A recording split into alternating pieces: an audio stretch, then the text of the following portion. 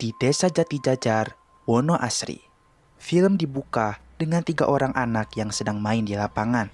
Mereka adalah Karta, Wati, dan juga Derajat. Bro, lu. Cangkep. Karta, Derajat, Balio, wes surup ki. Wati mengajak teman-temannya pulang karena sudah waktu maghrib. Karta dan Derajat tidak mau, malah asyik bermain. Sana nanggung ini. Kok gitu? Kita kan berangkat bareng. Pulangnya ya bareng lah. Wati pun pulang duluan. Ketika itu, tongkat kayu terlempar hingga ke dalam hutan.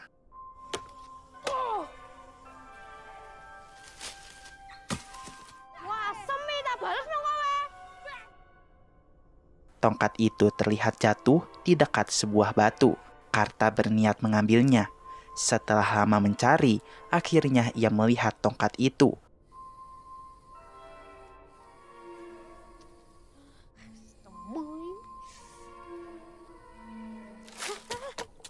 Tanpa sengaja, tongkatnya tersenggol masuk ke dalam sebuah lubang.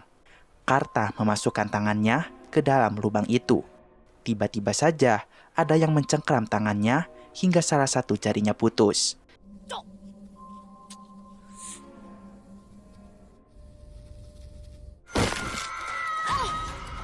Di saat itu, Wati yang sedang pulang sendirian, seketika badannya ditarik oleh sesuatu. Ia pun jatuh, lalu terseret cukup jauh.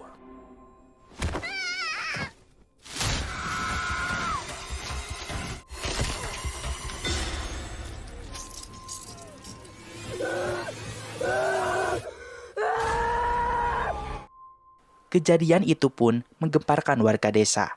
Pada akhirnya, Karta ditemukan selamat, sementara Derajat tewas. Wati sendiri menghilang, entah kemana. Sejak saat itu, warga desa semakin ketakutan berkeliaran rumah di waktu maghrib. 30 tahun kemudian, kita diperlihatkan kepada 2 orang anak SLTP, yakni Saman dan Adi. Mereka terlihat buru-buru karena terlambat sekolah. Di tengah jalan, Adi menabrak orang gila. Pahit. Oh, gedang. Ternyata ia adalah Karta, anak yang jari manisnya putus 30 tahun yang lalu. Kini ia tumbuh jadi dewasa, namun agak sedikit gendeng. Dan benar saja, mereka terlambat. Alhasil dimarahi oleh guru mereka yang galak bernama Buworo.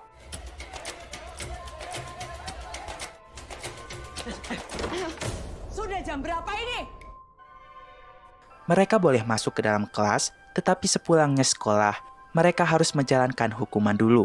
Hukumannya adalah menulis di papan tulis. Saya tidak akan terlambat lagi sampai barisan bawah. Ayu, teman sekelas, mengejek mereka saat itu. Ayu adalah murid teladan. Di saat semua murid pulang, ia menyelesaikan sebuah latihan soal dan meminta Buworo untuk memeriksanya. Tetapi di soal nomor terakhir, tulisannya kurang jelas karena tinta pulpen Ayu habis. Buworo pun senang dengan murid seperti Ayu, rajin, disiplin, dan mau belajar. Ia pun memberikan pulpen baru sebagai hadiahnya. Ayu senang sekali akan hal itu. Sebelum pulang, Ayu berbisik pada Saman jika tadi pagi ayahnya mencarinya.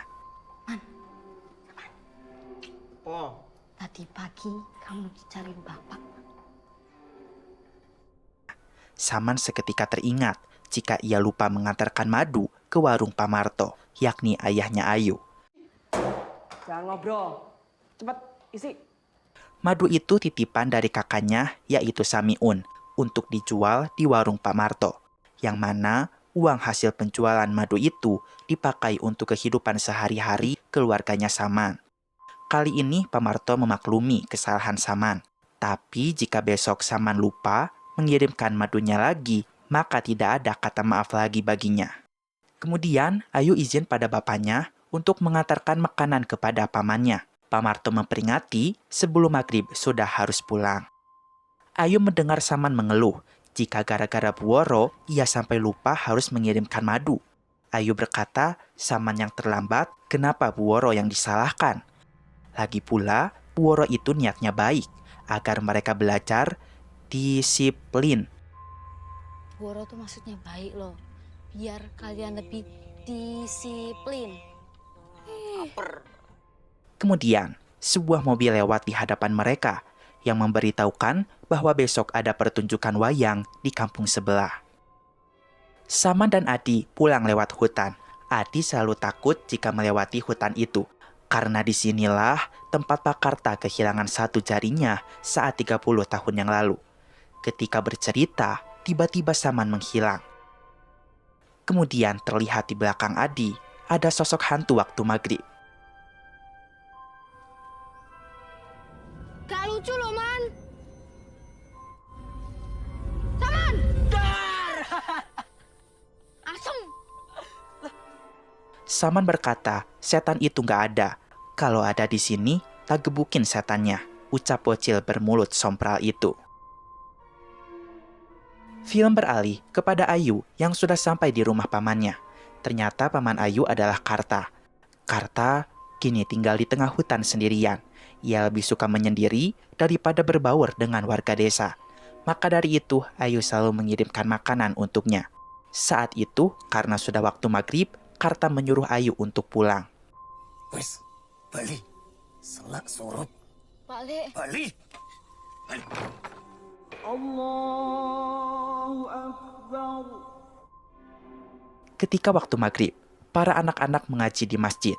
Pak Ustadz menjelaskan, sunnah Nabi menganjurkan agar kita tidak keluar di awal malam. Atau bisa disebut waktu maghrib. Sunnah Nabi menganjurkan supaya kita tidak keluar di awal malam. Di waktu maghrib itu banyak setan-setan berkeliaran. Kemudian seorang anak bertanya, jika kita mau sholat ke masjid bagaimana? Itu adalah pertanyaan yang bagus. Ustadz menjawab, maka dari itu datanglah ke masjid lebih awal. Jika bisa sebelum azan. Selama menunggu waktu maghrib, kita bisa melakukan berbagai ibadah, seperti membaca Quran, zikir, dan lain sebagainya. Dengan itu pula, kita bisa sekalian berlatih disiplin. Intinya jangan keluar rumah di waktu maghrib, kecuali jika akan pergi ke masjid. Sementara itu, Saman tidak pergi mengaji karena harus mengurus ibunya yang menderita sakit stroke. Sang ibu hanya bisa terbaring di kasur, bahkan untuk makan pun Saman harus suapi. Kemudian, pintu terbuka dengan sendirinya.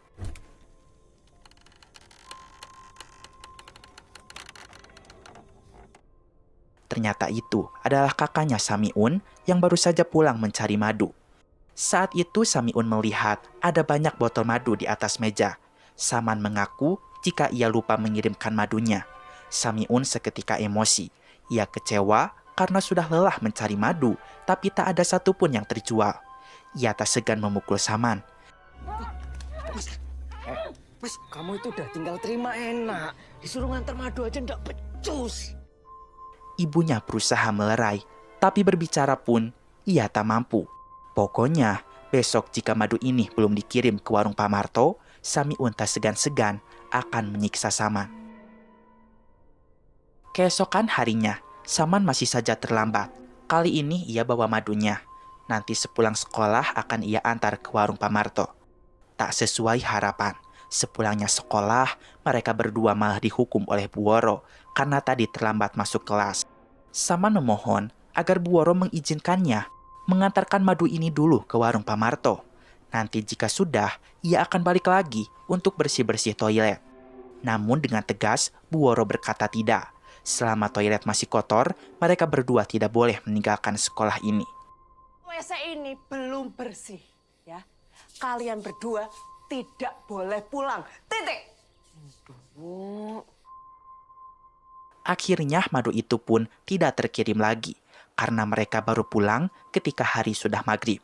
Daripada dimarahi Samiun, Saman memilih nonton wayang ke desa sebelah. Mereka pun mendapatkan tumpangan oleh supir mobil pick-up. Ketika itu, Adi mengajak Saman untuk sholat maghrib dulu. Saman berkata nanti saja dijamak di masjid desa sebelah. Film beralih kepada Buoro yang baru saja sampai di rumahnya. Ketika itu, ia langsung menyentuh mesin tiknya untuk menyelesaikan tugas. Saat di perjalanan, Adi berkata, seandainya Buoro tidak ada, pasti hidup mereka lebih merdeka. Bisa mancing ikan sepuasnya, dan yang pasti jika terlambat, tidak ada yang marah-marah. Saman berkata benar, guru itu lebih baik gak ada, atau sekalian mati aja. Nih, kalau perlu ya, si guru bajigur itu nggak cuma minggat, biar mati sih, San. Oma, muncungmu itu Saman. Saman mengucapkan hal itu tepat saat azan maghrib berkumandang. Tak lama kemudian, mobil tiba-tiba oleng karena ban kempes. Sementara itu, setelah tugas selesai, Buoro berniat ambil air wudhu untuk melaksanakan sholat maghrib. Ia heran karena pintu rumahnya tiba-tiba terbuka lebar.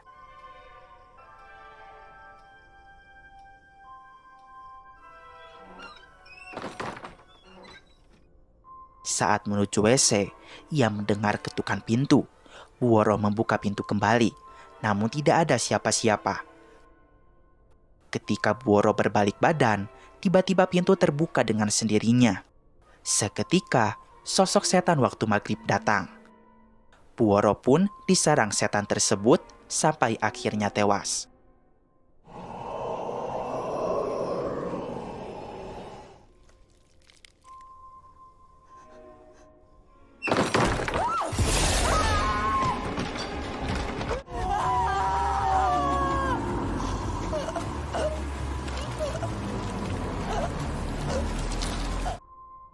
Scene beralih kepada Saman kembali.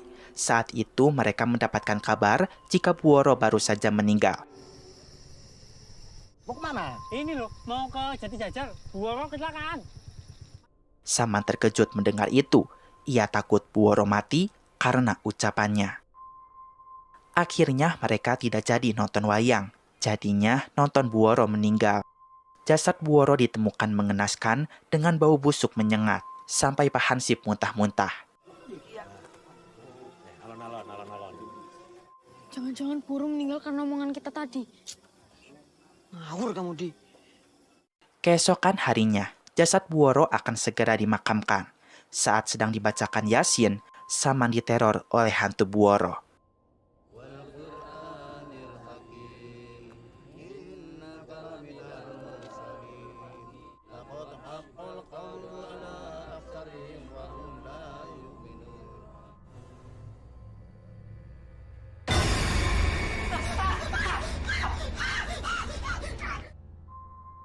Jasad Buoro pun dimasukkan ke dalam mobil ambulan.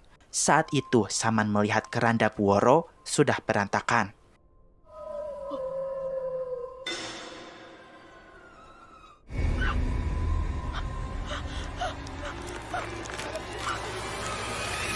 Ternyata itu semua hanya mimpi. Setelah dari pengajian itu, Saman mengaku tidak enak badan. Adi pun datang ke rumahnya untuk menjenguk. Adi pun sering kepikiran jika Buoro mati gara-gara ucapan mereka ketika malam itu. Mulai saat itu, Saman sering diteror oleh hantu Buoro.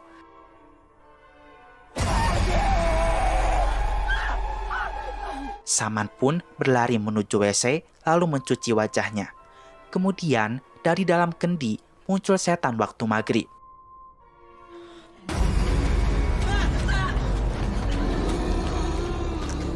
Setan itu pun merasuki tubuh Saman. Ayu merasa galau karena guru kesayangannya meninggal secara tiba-tiba. Ia terus menatapi pulpen pemberian Buoro. Kemudian, Ayu diajak oleh bapaknya pergi menemui guru baru penggantinya Buoro. Guru itu bernama Buningsih. Ia akan menggantikan Buoro mengajar anak-anak SLTP Jati Jajar.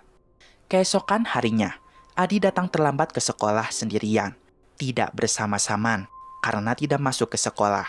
Buningsih berbeda dengan Buoro. Adi tidak dimarahi dan dipersilahkan duduk ke mejanya. Ayu merasa kurang suka dengan Buningsih karena tidak disiplin.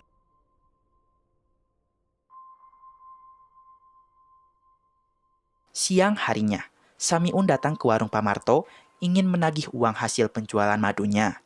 Tetapi, sudah lama madu Samiun tidak dikirim ke warung itu. Samiun murka. Ia pulang ke rumah langsung menghajar Saman.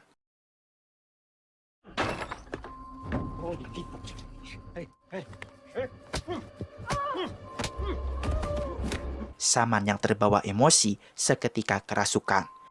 Ia menikam kakaknya menggunakan pisau secara bertubi-tubi.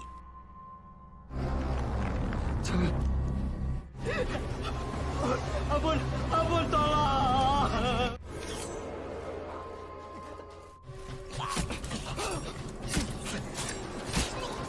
Samiun tewas di tangan adiknya sendiri.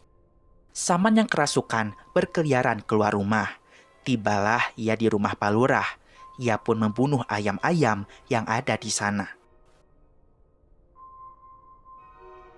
Kemudian setelah itu, ada adegan Karta menggantungkan sebuah jimat di rumah Saman. Saat waktu subuh, Pak Marto mendengar suara keributan di depan tokonya. Saman sudah ada di sana sambil membentur-benturkan kepalanya. Kemudian Saman memberikan sebungkus botol. Bukannya berisi madu, botol-botol itu berisikan darah ayam. Kemudian Saman kabur.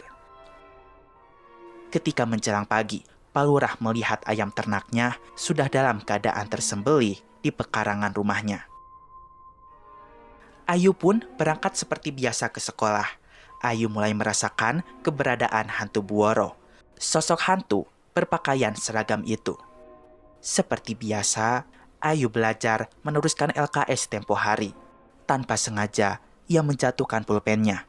Pulpen pemberian Buoro lebih tepatnya. Ayu membungkukkan badannya, berusaha mengambil pulpen itu.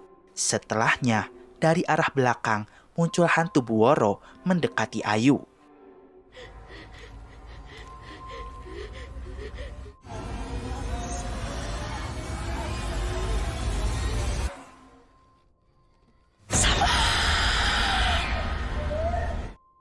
Ayu merasa tidak fokus dalam pembelajaran hari ini. Sepulangnya sekolah, ia bergegas menuju rumah. Ayu melihat ada Pak Lurah dan juga Pak Hansip. Pak Marto melaporkan bahwa ia mendapatkan kiriman dari Saman beberapa botol berisi darah. Setelah dicek, itu adalah darah ayam. Jika Saman yang mengirimkan botol itu, berarti ia juga pelaku yang membunuh ayam-ayam Pak Lurah. Maka dari itu, mereka semua bergegas menuju rumah Saman. Tuan Oki. Yuk. Ayu dan Adi mengikuti mereka ke sana.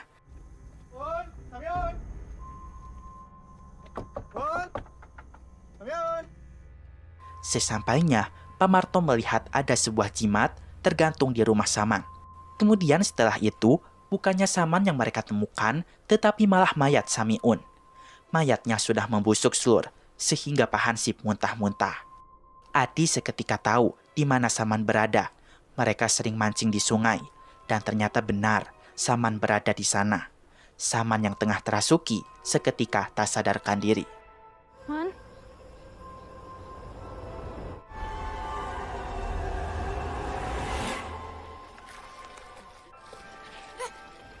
Kamu kenapa, Man? Saman pun dibawa oleh Pak Lurah karena dituduh membunuh kakaknya sendiri dan juga ayam-ayam Pak Lurah. Nanti akan ada polisi yang mengusut kasus ini. Selama menunggu polisi datang, Saman pun dikurung di dalam gudang milik Pak Lurah. Bu Ningsih pun datang karena prihatin dengan keadaan Saman. Pak Lurah berkata, sejak tadi Saman hanya diam dan nembang-nembang gak jelas.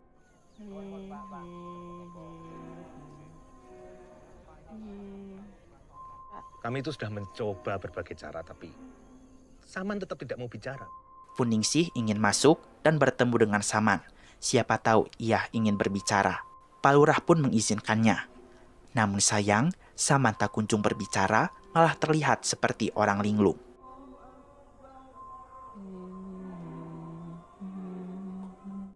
Di dalam gudang, Saman pun kerap mendapatkan teror dari hantu Samiun dan juga Buoro.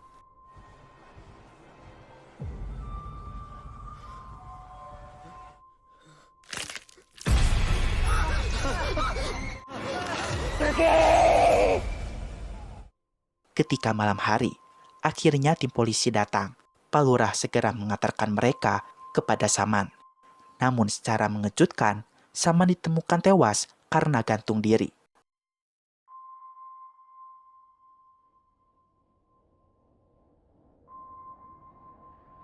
Adi sangat bersedih atas kepergian Saman. Ia adalah satu-satunya sahabat yang selalu ada dalam keadaan sedih ataupun senang. Mulai hari itu, Adi harus terbiasa tanpa kehadiran Saman di dalam hidupnya. Adi terus bersedih dan sering melamun. Adi boleh merasa sedih seperti ini, tapi jika ada apa-apa, bisa diceritakan kepada Bu Ningsih. Ibu cuma bisa membayangkan apa yang Adi rasakan. Kalau memang Adi butuh teman untuk bicara, Bu bersedia untuk mendengarkan Adi. Bu Ningsih pun perhatian. Nilai Adi pada semester ini sangat rendah dibanding teman-teman yang lainnya. Bu Ningsih akan memberikan jam tambahan untuk Adi supaya bisa mengejar ketertinggalannya. Adi pun belajar di kelas sampai waktu maghrib. Saat itu, Bu Ningsih izin pulang sebentar untuk sholat maghrib, sementara Adi bisa sholat di dalam kelas. Allah Akbar. Bismillahirrahmanirrahim. Ketika sedang sholat, ia mendapatkan gangguan dari sosok hantu waktu maghrib.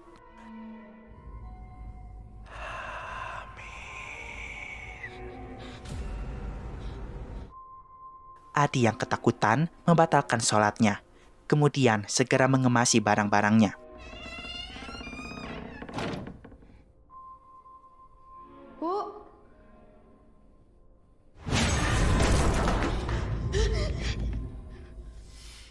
Saat keluar kelas, dari kejauhan ia melihat Saman sedang menyikat lantai koridor.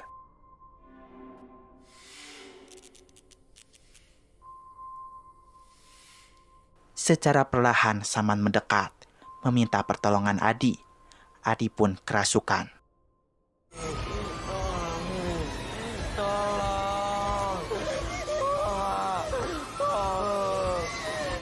Ketika waktu subuh, Pak Kasan, ayahnya Adi, melihat anaknya membentur-benturkan kepalanya ke arah tembok. Kowe ngopo? Le? Maaf, Pak.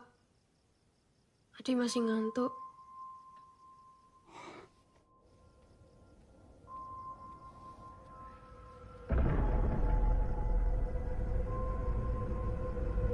Saat menuju masjid, Kasan melihat Karta sedang mengintip anaknya melalui sebuah celah. Kemudian terlihat jika Karta telah menggantungkan jimat di rumah Adi.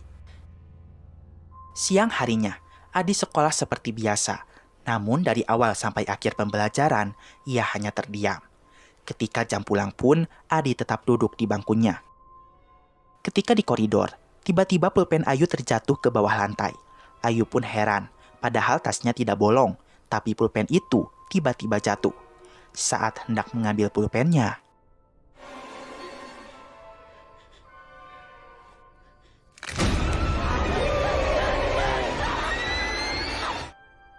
Ayu seketika teringat kepada Adi. Ternyata benar saja, Adi sudah tidak ada di mejanya. Ayu pun segera mencari-cari Adi. Ketika itu, Ayu bertemu dengan Karta yang ingin berkata sesuatu. Ketika waktu maghrib, Adi muncul mendatangi seorang anak bernama Bondan yang masih main di luar rumah.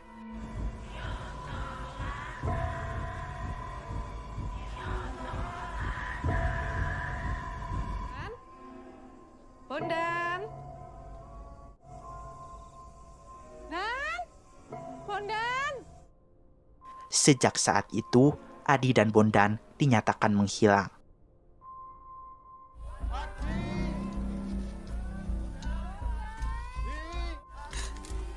Bondan pasti ketemu.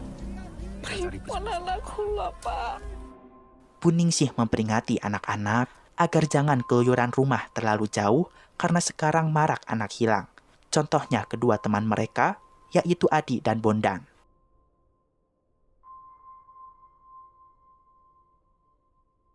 Ayu disuruh oleh Karta untuk memberikan jimat ini kepada Bu Ningsih. Bu Ningsih seketika ketakutan. Ayu berkata, jimat itu untuk melindungi diri dari segala kejahatan seperti yang menyerang pada Saman. Tetapi Ibu Ningsih menolak. Ia berterima kasih karena Ayu perhatian, tapi ia tak percaya pada tahayul. Ketika waktu maghrib, kini para warga semakin takut dengan waktu ini. Mereka berlomba-lomba masuk ke dalam rumah dan menutup pintu rapat-rapat.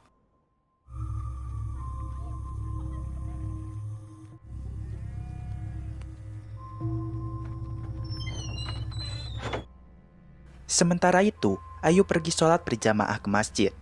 Padahal ayahnya sudah melarang karena kini tengah banyak kasus anak hilang di waktu maghrib. Ayu berkata jika ia niatnya baik akan sholat berjamaah di masjid.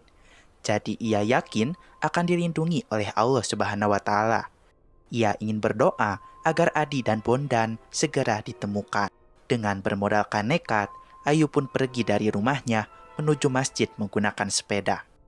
Di masjid ketika akan memukul beduk, Pak Lurah melihat ada darah menetes.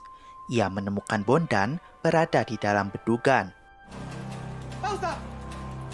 Pak Ustaz! Astagfirullah. Ayo tolong! Di sisi lain, tanpa disangka-sangka, di pertengahan jalan, Ayu melihat Adi baru saja membunuh seekor hewan menggunakan celurit. Secara perlahan, Adi mulai mendekatinya. Ayu tidak punya pilihan lain selain berlari. Kemudian, Ayu meninggalkan sepedanya, lalu berlari dengan kencang, berusaha menyelamatkan diri. Jujur, ini adalah adegan yang bikin greget ketika nonton filmnya. Adi berlari lebih cepat daripada Ayu. Sementara Ayu berlari seperti di dalam mimpi. Larinya begitu sangat lambat dan hampir saja tersayat celurit Adi. Beruntung Ibu Lurah melihatnya, kemudian menyelamatkan Ayu dari kejaran Adi.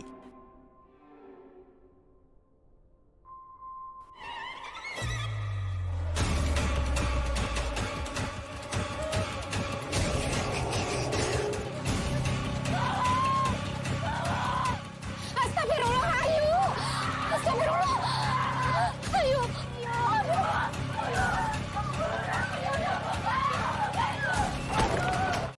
Teror tidak hanya sampai di situ. Adi menancapkan celuritnya ke pintu dan hampir mengenai kepala mereka berdua.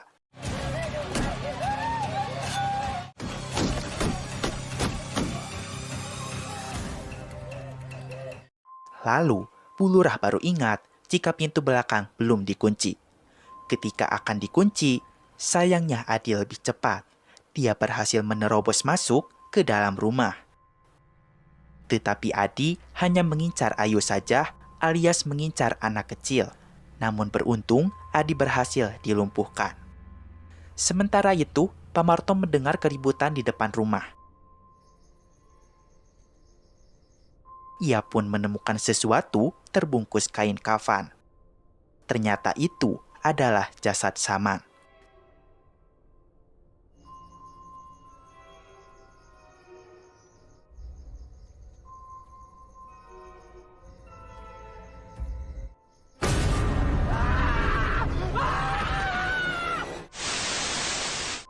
Setelah berhasil dilumpuhkan, Adi segera diruqyah.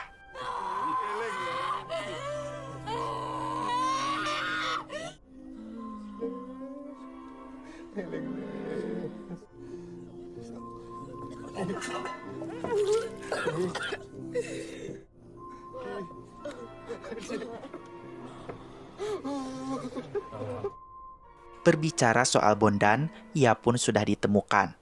Ia berada di dalam beduk masjid dengan keadaan berlumuran darah. Setelah sadar, Bondan sempat bercerita bahwa ia dilumuri darah hewan oleh Adi. Kemudian ia dibawa ke kuburan Saman, yang mana kuburannya dibongkar, lalu jasad Saman dibawa ke rumah Pak Marto. Mereka rasa ada yang ingin main-main dengan desa ini. Banyak sekali teror-teror aneh yang sudah terjadi. Pak Kasan seketika teringat dengan Karta yang berdiri di depan rumahnya saat subuh tadi. Ia melihat Karta menggantungkan jimat ini. Pak Marto berkata bahwa ia pernah melihat jimat itu juga di rumahnya Saman saat mereka menemukan Samiun. Berarti sudah jelas semua teror ini pasti ada kaitannya dengan Karta. Mereka berbondong-bondong masuk ke dalam hutan untuk melabraknya. Ayo! Ayo! Pegang yang kencang, Pak. Iki kowe to sing masak. Goblok! Goblok! Wis mus. Sabar, Pak. Karta pun diseret, lalu dihajar secara massal sampai babak belur. Untungnya ada Pak Lurah yang melerai karena tidak boleh main hakim sendiri. Karta berujung dikurung di gudang milik Pak Lurah. Keesokan harinya, Ayu jadi sakit setelah dikejar-kejar Adi semalam. Beberapa lama kemudian, Puningsih datang menjenguk. Disinilah terungkap bahwa dalang dari semua teror adalah Puningsih. Ternyata, setan waktu maghrib selama ini bersemayam di tubuh Ningsih. Dan semenjak Puningsih datang ke desa ini, teror pun semakin menjadi-jadi. Karta sudah lama curiga dengan guru baru itu. Oleh karenanya, ia meminta Ayu memberikan jimat ini kepada Ningsih. Jika bereaksi, maka benar, ia adalah sosok jin. Tapi sekarang, jimat itu sudah tidak mempan lagi. Ia sudah jauh lebih kuat karena mendapatkan jiwa anak-anak. Puningsih berjanji tidak akan melukai Ayu, asalkan ia tidak ikut campur.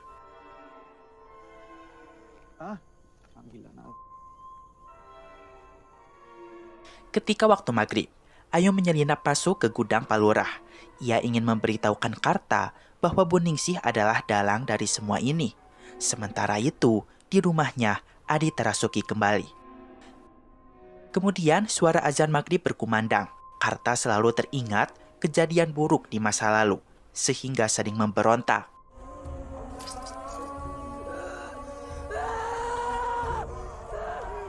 Pale harus lawan, Pale. Pale harus lawan. Ayu meminta pamannya untuk melawan rasa takutnya. Karena musuh Karta bukan suara azan, bukan Gusti Allah. Setelah itu, Karta memukul Pak Hansip dari arah belakang. Mereka berdua bisa melarikan diri. Karta akan datang ke rumah Ningsih, sementara Ayu akan pergi ke rumah Adi. Tapi ternyata Adi sudah tidak ada di rumahnya. Sementara itu, Karta melihat sosok setan waktu maghrib di meja rias Puningsih. Ningsih ternyata adalah Wati, sosok anak perempuan yang menghilang terseret 30 tahun yang lalu. Saat itu, Wati melihat Derajat sudah dalam keadaan tewas. Karena tidak mau menjadi korban, Wati kecil pun memilih bersekutu dengan setan.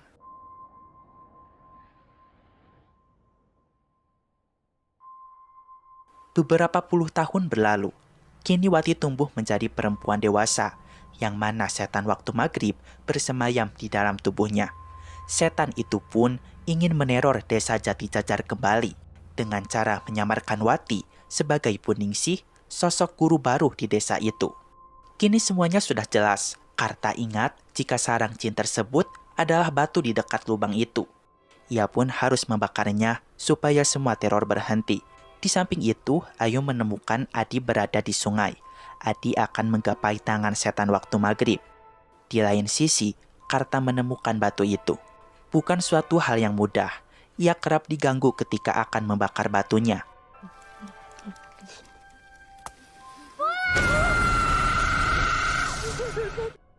Karta pun didatangi oleh Pocong Derajat, teman masa kecilnya.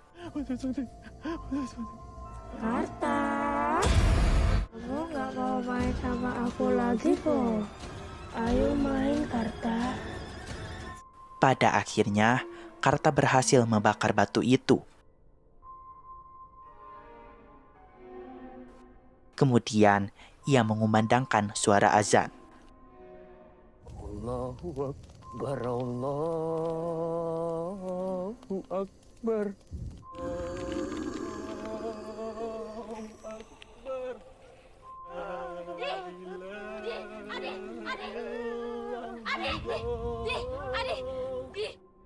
Hal itu pun membuat sosok setan waktu maghrib seketika lenyap.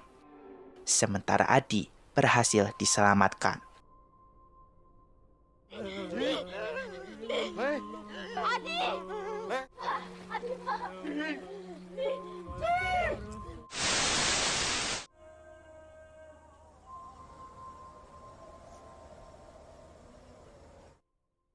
Film ini diakhiri dengan seorang anak yang sedang bermain ketika waktu maghrib. Dari kejauhan, ia melihat sosok setan itu.